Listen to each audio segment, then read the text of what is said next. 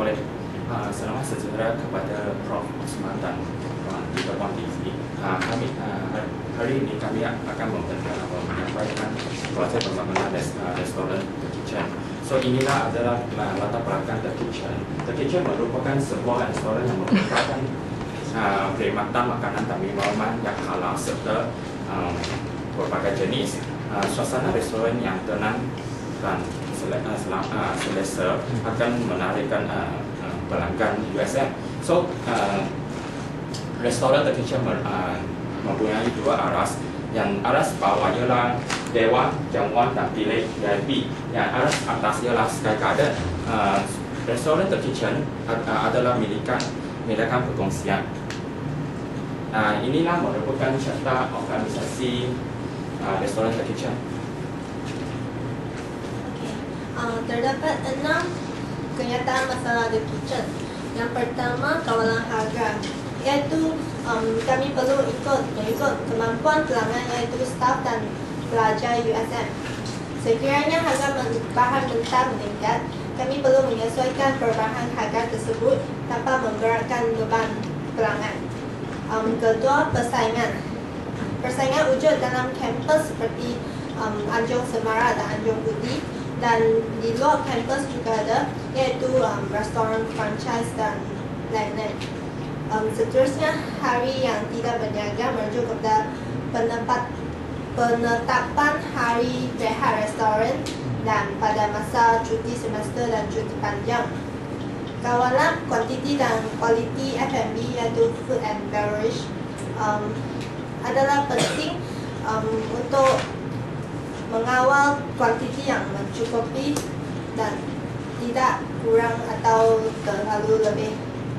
Seterusnya, kawalan persekitaran Sky Garden, kebersihannya sangat penting kerana tumbuh-tumbuhan akan menarik serangga dan kita perlu membersihkan, menguruskan dari segi ini dengan baiklah. Seterusnya, strategi yang berkekalan, iaitu sangat penting pada jangka masa panjang. Seterusnya ialah visi projek. Visi projek restoran The Kitchen ialah membekalkan makanan yang berkualiti, perkhidmatan yang baik, sistem pentampilan yang sistematik dan suasana selesa. Selain itu, kami juga akan mementingkan konsep pembangunan lestari. Pembangunan lestari akan dapat membantukan restoran The Kitchen mengurangkan pembuangan sisa toksik, sisa makanan dan mengurangkan emisi keluaran gas asap. Seterusnya ialah misi projek. Misi projek ada 4 ciri-ciri, iaitu restoran yang ideal. Untuk mencapai restoran yang ideal, kami cuba menarikkan hati pelanggan USM, dan seterusnya ialah menjadikan teladan yang memimpin pasaran pemakanan. Untuk menjadi teladan yang boleh memimpin pasaran pemakanan, kami cuba mengubah tukang masak yang bertaraf antara bangsa dan sama standard dengan hotel. Dan seterusnya ialah tanggungjawab sosial. Kami akan mengeluarkan berkongsi akan mengeluarkan 5% daripada keuntungan bersih untuk kegunaan aktiviti kebajikan sosial. Seterusnya ialah pembangunan lestari. Pembangunan lestari kami juga boleh menggunakan bahan elektronik yang menjimatkan elektrik dan cuba menakdirkan lebih banyak sumber manusia untuk sumbangan masyarakat. Objektif The Kitchen adalah seperti berikut. Yang pertama, membekalkan makanan dan minuman yang halal. Seterusnya, memudahkan pelanggan. Berbagai perkhidmatan akan dibekalkan, dan lokasi yang kita pilih adalah lokasi yang sangat strategik. So ini akan memudahkan pelanggan untuk menyambung selera. Seterusnya, menjaga kepentingan semua. Ini merujuk kepada kepentingan berkongsi The Kitchen dan tanpa mengabaikan kebajikan pelanggan. Seterusnya, memberi peluang pekerjaan. Restoran ini dapat memberi peluang pekerjaan kepada orang lain secara umum ataupun kepada pelajar USM yang ingin membuat kerja sampingan. Seterusnya ialah faedah projek. Ya, berdua saja.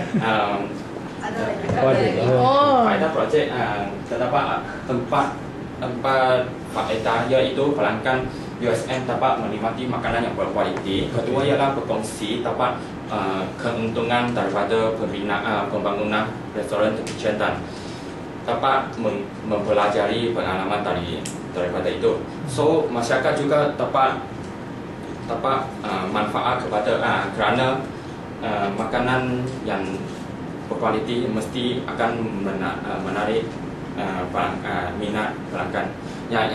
Yang terakhir sekali lagi ialah peluang pekerjaan, seperti saya sebut sebelum dulu.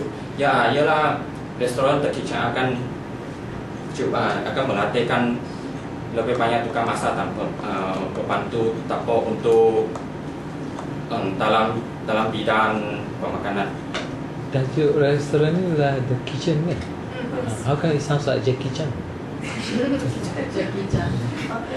Seterusnya ini adalah gambar-gambar yang kita ambil dari lokasi The Kitchen akan diletakkan di sebelah BTSP. Ini adalah gambar-gambar dan ini adalah sebelah tepi dan pemandangan yang akan dibekalkan. Seterusnya kaca. Sekarang saya akan menggunakan kerja pasaran. Bagi kerja pasaran kami melakukan soal sidik, di mana kami memberi soal sidik itu pada 100 orang. Dan seperti yang kita lihat, 90% ni adalah mereka yang bersetuju agar restoran The Kitchen ini dibuka di kawasan USM. Kerana bagi mereka salah satunya sebab kawasan yang strategi. Jadi seperti yang kita maklum, di TSP itu adalah tempat biasanya pelajar lalu, di mana mereka ingin ke dewan kuliah, ke library. Jadi mereka rasa kalau dengan pembukaan The Kitchen, ia akan memberi peluang untuk mereka lebih jimat masa dan jimat kos sebab tak jauh daripada kawasan yang mereka belajar. Dan semasa kami menjalani aktiviti soal sidik ini, kami dapat beberapa cadangan daripada beberapa pihak. Antara cadangan yang pertama ialah mereka inginkan kami memberikan layanan mesra kepada mereka sebab mereka kata ramai pekerja-pekerja di kantin-kantin di USM ni tak semua mesra. Jadi mereka inginkan layanan mesra daripada kami dan seperti yang kita maklumkan, The Kitchen adalah restoran. Mereka inginkan kami memberi layanan yang tinggi even mereka adalah student. Seperti yang maklumkan, The Kitchen bukan hanya untuk student, juga untuk staff dan pesyarah. Jadi bagi kami di UST pesyarah antara yang halal. Okey. Jadi you punya pasaran 100% lah kalau halal. Halal. Sebab lagipun untuk macam pekerja, kami ambil je. Tak kira bangsa, agama. Jadi kami, siapa yang ingin bekerja sebagai pekerja tetap atau pekerja part time, kami terima. Ni colour code ni hijau, merah dengan tak maksudnya apa? Okey, setuju tak setuju? Yes. Okey. Setuju tak setuju. Untuk yang hijau ni setuju. Tak untuk ada jawapan A, dia ada tak jawapan. ada legend pula kan? 1 2 3 tu soalan apa kan? Ada tak? Ni soalan 1, 2, 3, 4, Ya. 5. Apa dia? Soalan. Saya ringkas je lah. Seringkasnya antara soalan yang kami tanya. Okey. Antaranya kami tanya pembukaan restoran ni, ada kami bersetuju atau tidak, Okey. dan makanan, jenis makanan yang mereka mahukan. Okey. Lepas tu kami minta cadangan dari mereka. Ada dalam CPP. Yes. Ada. Untuk cadangan yang kedua, mereka seperti Prof tanya, mereka inginkan makanan halal. Memang kami memprovidkan makanan 100% halal. Dan mereka nak kami buktikan, ya kami akan dapatkan Lagipun dari pihak. yang untung sebab your pasaran dah 100%, semua orang boleh makan. Kalau non halal ni cuma yang Muslim kan dalam 65% kan. 35 to 40% je kan. Jadi kalau ni 100% besar. Ya. Dan kami dah bincang dan bersetuju untuk dapatkan kelulusan dari pihak penguasa. Yes, antara pihak JAKIM lah. Okey. Okay, dan seterusnya mereka inginkan makanan sihat. Mereka menyatakan bahawa makanan GSM ni banyak yang berlemak. Jadi kami dah soal tanya makanan apa yang mereka prefer. Jadi mereka boleh nyatakan di dalam soal sedikit lah. Harganya ada ke tak? Harga-harga. Karena untuk pasaran student tak boleh harga stay, nanti tak laku. Untuk semua tu mereka boleh cadangkan. Oh, dah cakap. Mereka boleh cadangkan, mereka boleh bagi apa saja pendapat mereka. Sebab daripada 100 orang tu macam-macam orang bagi pendapat. Daripada segi harga, daripada segi makanan dan juga dari segi kawasan juga. Bila kita bagi tahu je kawasan kami pada DTSP ni macam hampir macam kita tengok ni 90% bersetuju untuk kami teruskan projek The Kitchen. Okay.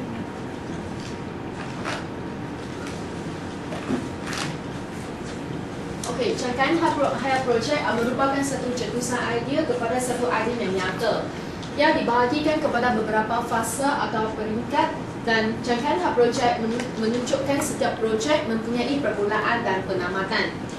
Pada setiap peringkat projek, Cangkahan Hayat Projek akan menentukan kerja yang perlu dilaksanakan dan juga menentukan individu yang terlibat. Cangkahan Hayat Projek dibina apabila terdapat permintaan dan keperluan daripada pelanggan. So, Cangkahan Hayat Projek juga berbeza daripada jangka waktu, biasanya daripada beberapa bulan sehingga beberapa tahun.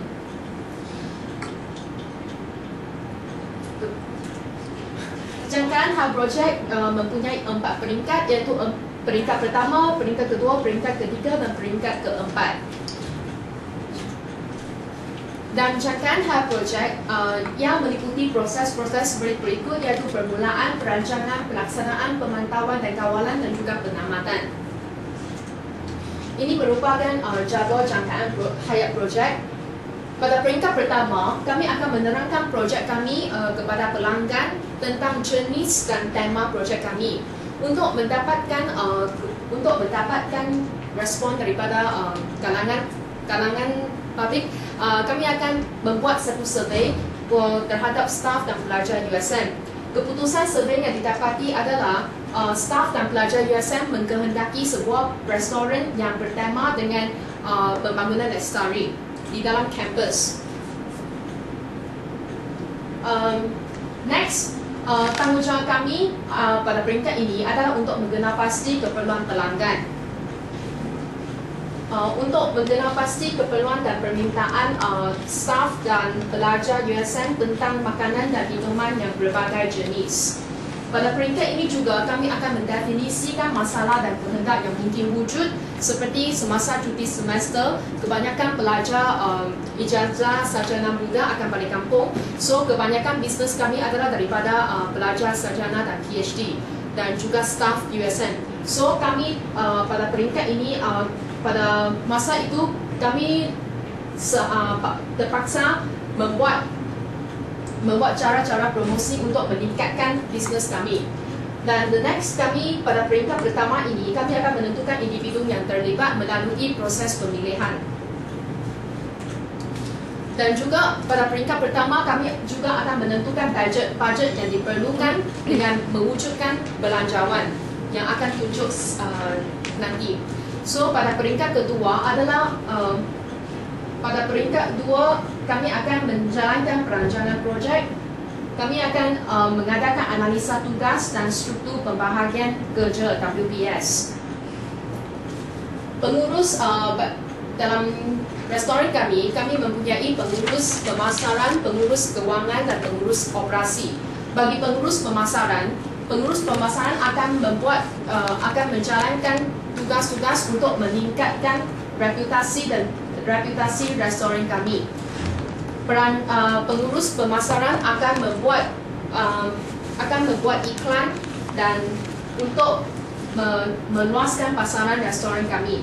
Bagi pengurus operasi akan mengawal sumber bahan makanan dan juga minuman di dapur dan berunding dengan pembekal untuk mendapatkan bekalan sumber bahan makanan pada harga yang berpatutan dan kualiti yang terjamin. So bagi pengurus kewangan pula, pengurus kewangan akan menjalankan tugas untuk mengawal keadaan kewangan restoran dan dengan cermat agar mengelakkan kerugian. So pada peringkat kedua ini, kami juga akan mengemukakan jalanan penyelesaian agar memastikan risiko yang luar jangka. Jika risiko yang luar jangka berlaku, kami boleh menggunakan jalanan penyelesaian itu untuk menyelesaikan masalah itu. So setelah kos ditentukan, pada peringkat ini kami akan memilih kontraktor dan berunding dengan mereka serta menandatangani kontrak dengan mereka. Dan pada masa yang sama kami akan menghantar kertas kerja ini kepada pelanggan, dan pada ketika itu kami akan menetapkan tempoh projek kami sebagai sementara, iaitu 6 tahun sahaja. Nanti kami akan explain lagi kenapa. Dan juga kami akan mengadakan penjalanan dan urutan tugasan untuk memastikan pekerja restoran kami melaksanakan pengkhususan kerja masing-masing. Dan juga pada peringkat ini kami akan membuat penilaian terhadap risiko dan perancangan yang luar jangka. Christina, you have 4 minutes. Okay.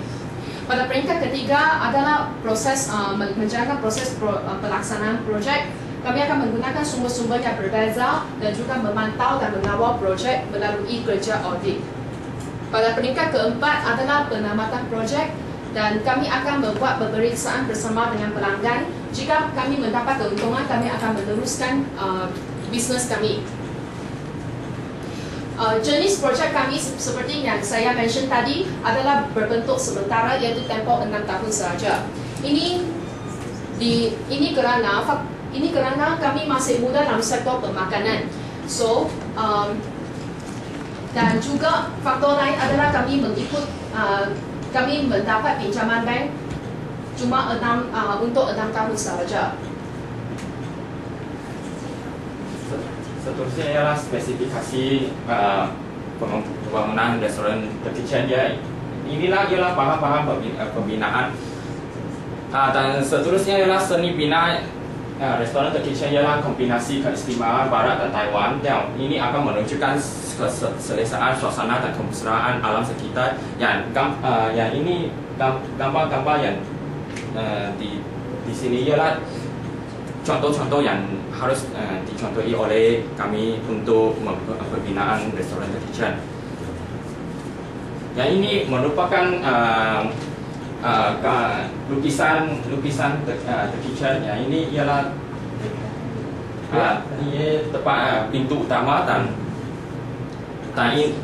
yang ini ialah aras atas. Yang ini dari sini ialah pintu pertama. Seterusnya ialah struktur pembahagian kerja adalah cara baik bagi projek yang besar dan kompleks, yang merupakan satu gambar raja pokok hierarki bagi perkara akhir yang hendak dicapai. Struktur pembahagian kerja juga digelar sebagai work breakdown structure dalam English. Work item merupakan satu bahagian kerja sesuai projek tersebut, dan work package adalah bahagian kerja pada peringkat yang paling rendah.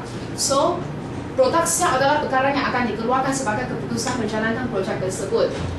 Yang struktur pembahagian kerja ini merupakan satu teknik untuk menganalisis kantongan kerja dan kos dengan memecahkannya kepada bahagian komponen. Ini merupakan WPS kami. Dan ini adalah kumpulan kerja projek, iaitu manusia sumber teknik. Dan ketiga-tiga ini amat berkait rapat dengan peringkat-peringkat perancangan, pelaksanaan dan pengawalan. Terusnya ini adalah jadual projek kami. Antara yang paling lama yang perlukan ialah pembinaan dan penguasaan. Jumlah waktu projek ni berapa? Jumlah keseluruhan. Untuk siapkan berapa lama? 320. Hampir setahun. Ya, hampir setahun. Sebab yang paling lama sebab ni pembinaan dan penguasaan kami. Ini boleh cepat. Ini merupakan keperluan sumber dalam projek adalah sumber dibagi kepada dua, iaitu sumber kewangan dan sumber bukan kewangan. sistem pengawalan adalah penting, sangat penting kepada restoran The Kitchen. Sistem pengenalan adalah proses penerusan direka bentuk untuk mengurus dan menghapuskan risiko kegagalan bagi mencapai objektif dan tujuan projek pembangunan restoran The Kitchen. So, bagi semua organisasi, sistem pengenalan adalah penting kepada berkongsi projek pembangunan restoran The Kitchen akan berusaha memastikan operasi sistem pentadbiran dilaksanakan dengan lancar. Untuk anggaran jumlah kos personal kami ialah RM721,600. Apa ni? Anggaran jumlah kos belajar Semua? mengajar. Yes, semua. Sudah dengan bulanan punya lah? Lain? Sudah dengan Bulanan. operasional bulanan? Sudah? Untuk permulaan kami Oh. keluar RM50,000 seorang, and then dengan bank kami pinjam RM600,000.